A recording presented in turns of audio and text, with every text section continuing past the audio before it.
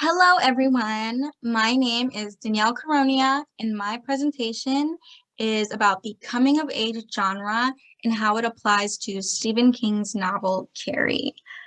For this presentation, I will be examining and analyzing the coming of age genre as a whole, and then talk about how this genre relates to Carrie.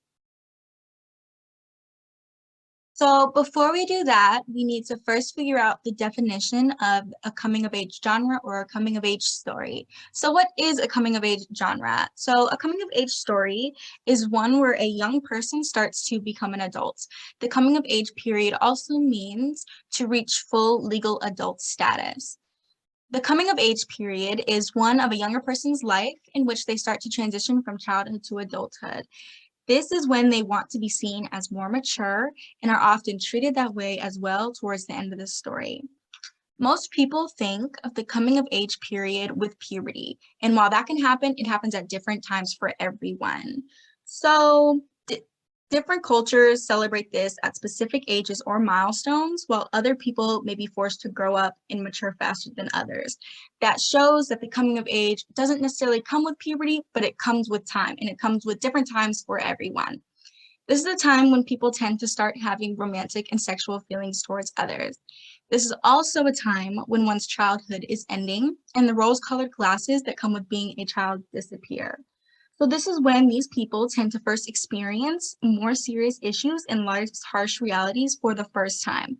This may be their first time dealing with things like financial problems, substance abuse, sexual issues, or even death. This is also when people start to take on adult tasks for the first time, like getting their first job. The coming of age process is a universal experience. So the process of leaving childhood is treated as a very important event in one's life. It ultimately changes who we are as a person and helps set the precedent for the rest of our lives. Due to the importance of this period, many cultures celebrate it in their own ways. Examples include bar and bat mitzvahs, confirmations, quinceañeras, sweet 16s, and so on. Some girls consider getting one's first menstrual period as a sign of coming of age and have their own celebration for that event. So for the origins of the coming of age genre, the coming of age genre and the story itself stems from what is called a Bildungsroman. It is coined by a professor in East Prussia. So that was when the name of this coming of age story was first coined, and by who. It is also called a formation novel. Late 18th century German novels established a pattern of what is now a coming of age story. These stories contained a young protagonist who encountered trials and tribulations while trying to develop an adult identity. The main goal of this is maturity. Examples of old books of this genre include Little Women, To Kill a Mockingbird, The Catcher in the Rye, and Adventures of Huckleberry Finn. So what makes a coming of age story? There is no complete definition that authors agree with on what specifically makes up a coming of age story. It is different for every author, but the main purpose is identity development. That is necessary for this genre, but can be shown in different ways. The protagonists of these stories tend to struggle and face obstacles when trying to progress into adulthood. The protagonist also can go through major outside changes or major inner changes. The outside changes could involve moving locations or death of a loved one, while inner changes may deal with things like sexuality, personality, mindsets, etc. This is when the innocence is lost and experience is gained, the ignorance is lost, the knowledge is gained, optimistic and immature childish view in the world is lost, and a more realistic and confident mature attitude is gained as well. So this is the typical coming of age story pattern, the genre breakdown. So this graphic does a really good job of explaining it. So we have the beginning in which a character is introduced as youthful and immature. Then we have the problem, which a character encounters a challenge or a problem that they have to struggle with throughout the majority of the story. So the struggle is when they try to overcome and challenge the problem, and that takes up the majority of the plot. It takes up the majority of the story up until they have to make the big decision, which is their tough choice or decision, and it ultimately leads them to overcoming the difficult obstacle that therefore takes them to adulthood. So the bridge between the struggle and the ending, which is the big decision, is basically the bridge from childhood to adulthood. In the ending, the character is seen as different or changed, and the significance of the learning is revealed. It is thought on by the character, and they will use those later on in life. So why do people love coming of age stories? Well, they bring us a sense of nostalgia. They allow us to see all the embarrassing and realistic parts of growing up without actually experiencing them ourselves again. It is also something that we can relate to. Or we can see how one might deal with this process if we ourselves have not gone through this process yet. It allows us to see our own coming of age period through a different lens. We can see how this process not only affects the protagonist, but others around them too. We can project our life experiences on these stories as well and possibly get a greater sense of empathy and comfort. Because the coming of age period is a universal experience, we have so many different types of medium forms to show examples of that. So I divided them up into books, songs, and movies. So for other books, besides the ones listed before that are good coming of age examples, include Paper Towns, The Perks of Being a Wallflower, The Fault in Our Stars, The Hate You Give, etc. Certain songs that are coming of age examples are What's My Age Again by Blink-182, Teenagers by My Chemical Romance, Nostalgia by Chance the Rapper, Tennis Court by Lorde, and 1979 by the Smashing Pumpkins. For different movie examples, Booksmart, Superbad, Juno, The Breakfast Club, Ferris Bueller's Day Off, Love, Simon, Moonlight, and Lady Bird are really good examples, and they're famous ones as well. So Moonlight and Lady Bird. These two movies are really good to analyze when discussing the coming of age genre because they do it in very different ways. We will be watching a trailer of each to see and analyze them. So first we will watch the Moonlight trailer.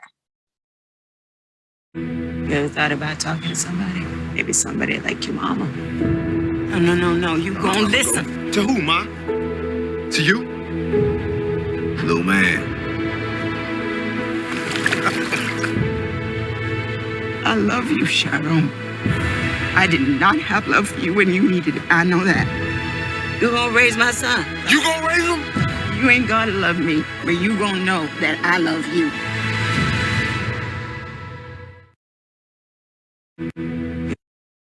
So why Moonlight? Why did I choose Moonlight as a good one to analyze for the coming of age genre?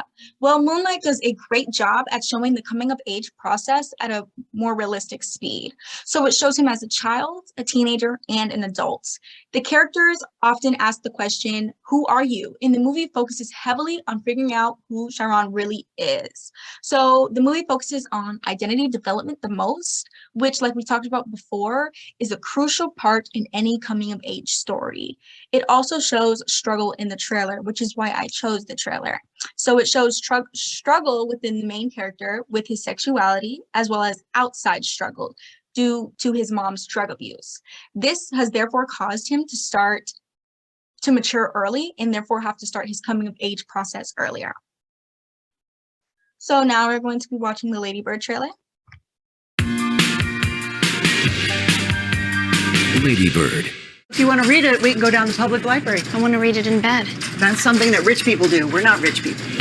I'm applying to New York colleges. What about terrorism? Don't be a Republican. If you're tired, we can sit down. I'm not tired. You were dragging your feet. You are so infuriating. Please stop yelling. I'm not yelling. Oh, it's honey, perfect. Do you love it? She has a big heart, your mom. Lady Bird. You ready to go home? Ready? Now playing.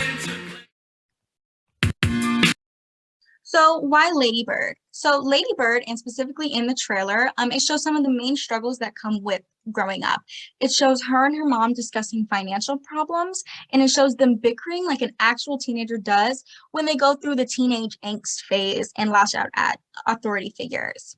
So the trailer also hints at realistic coming of age problems with lines like when it's time to leave the nest being Lady Bird's home, also being what's comfortable for her, which symbolizes her leaving her childhood for adulthood, i.e. the coming of age process.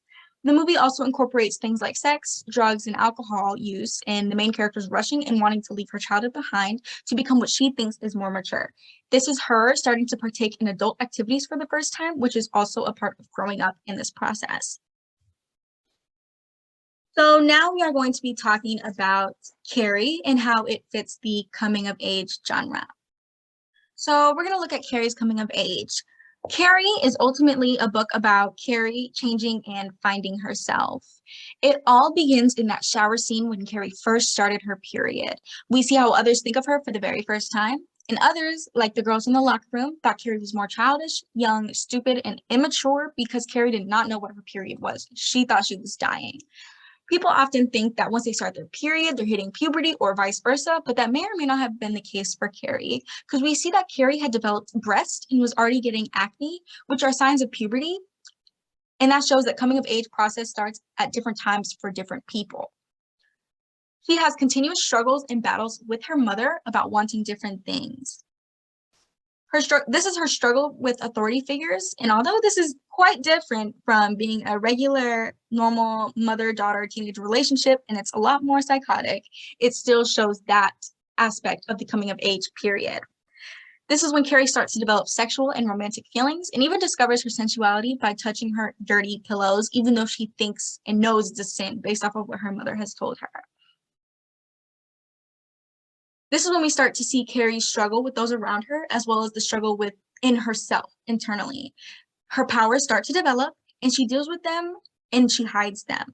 She also starts to argue with her mom more, and she starts to develop more individuality. Carrie begins to change and becomes more mature with her power.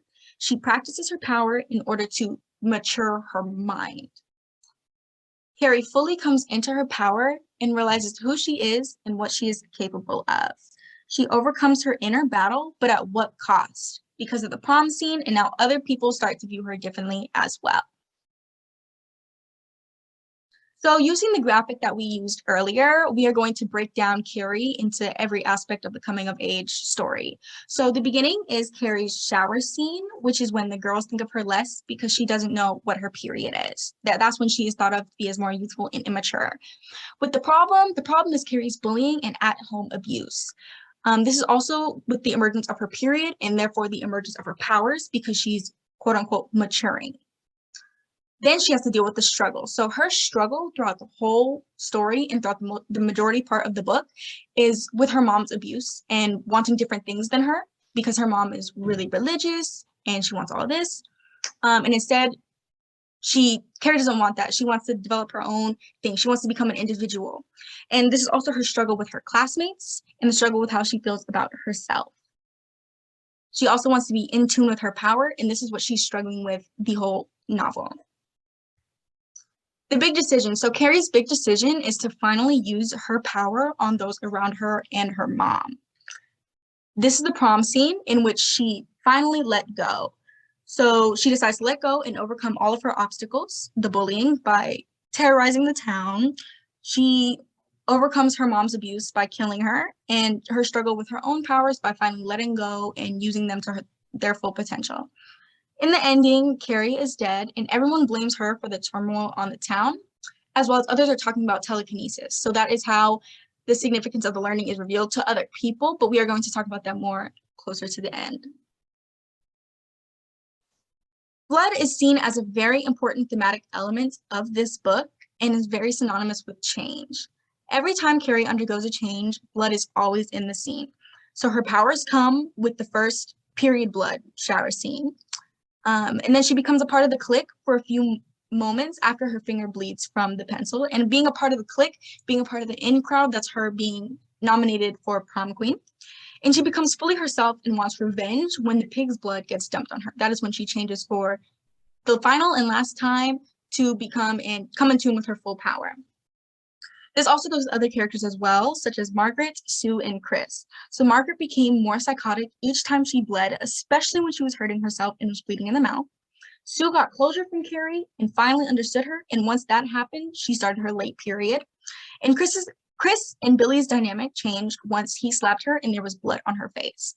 So menstrual blood is often considered a sign of change, but what changed Carrie the most was the blood from the pigs. The menstrual blood was just a significant symbol for her starting the coming of age process. So what about Sue Snell? Carrie was not the only one changing and dealing with inner turmoil. Other characters in the book symbolize other character tropes that normal female-centered coming-of-age stories have. So we have the outsider, which is Carrie, the popular girl and the high school sweetheart, which is Sue, and the queen bee or the promiscuous girl, Chris. So this is Sue's own coming-of-age breakdown. So she's seen as another immature girl in the locker room for bullying Carrie. She lost her virginity to her boyfriend, Tommy, which is her starting adult things. She struggled with her conscience about her actions towards Carrie throughout the whole book. That is her main problem and the main thing that she struggled with. And she made the mature decision to skip out on prom for Carrie. That was her big decision. Then she helped Carrie when she was dying, which shows that she took what she learned and she changed her bullying ways to more helpful ways. And then Carrie finally saw that Sue had nothing to do with the actions at the prom, and that allowed Sue to be viewed differently by Carrie and at the end get her own closure. So what is different about Carrie than other normal coming-of-age genre? So Carrie is not the typical coming-of-age movie that one thinks about. When one thinks about a coming-of-age movie, most think about the funnier comedic ones, like Superbad or Juno, while others are more intense and emotional, like Moonlight or The Fault in Our Stars. So Carrie is a horror coming-of-age mixture, which is very different than the ones that we normally see, and she does not get a happy or satisfying ending. So there was no real lesson for Carrie to learn because she died before the deep reflection could have taken place at the end. She couldn't process and do what she learned. She couldn't take that into actions in her life because she died. There were people that were upset for Carrie, but most continued to think of her as a weirdo and an outsider, like how she was at the beginning of the movie. Other people just also felt sorry for her. So no one really thought of her as completely different and more mature as like the way that normal people do in the coming of age stories that we normally think of, but it was kind of different. So Carrie never really got to have the typical coming of age experiences that she wanted and only got closure with Sue. So she didn't finish her prom, she didn't experience her sensuality or her sexuality, and she did not even experience her individuality for more than a couple of hours before she had passed away. In conclusion, the coming of age genre is one that many love due to the feelings of nostalgia and the feelings of individuality that it promotes. It is a very important time in our lives, and these stories show the importance it has on one's growth. That's why we love them so much. Carrie was a book that helped explore this genre in ways that it was not normally depicted in before. Other examples like Carrie, with the horror and coming of age genre mixture, would be popular movies like Jennifer's Body. But without Carrie, movies and other stories like this may have never been made. So we have to thank Stephen King for that. And these are my works cited. Thank you for watching.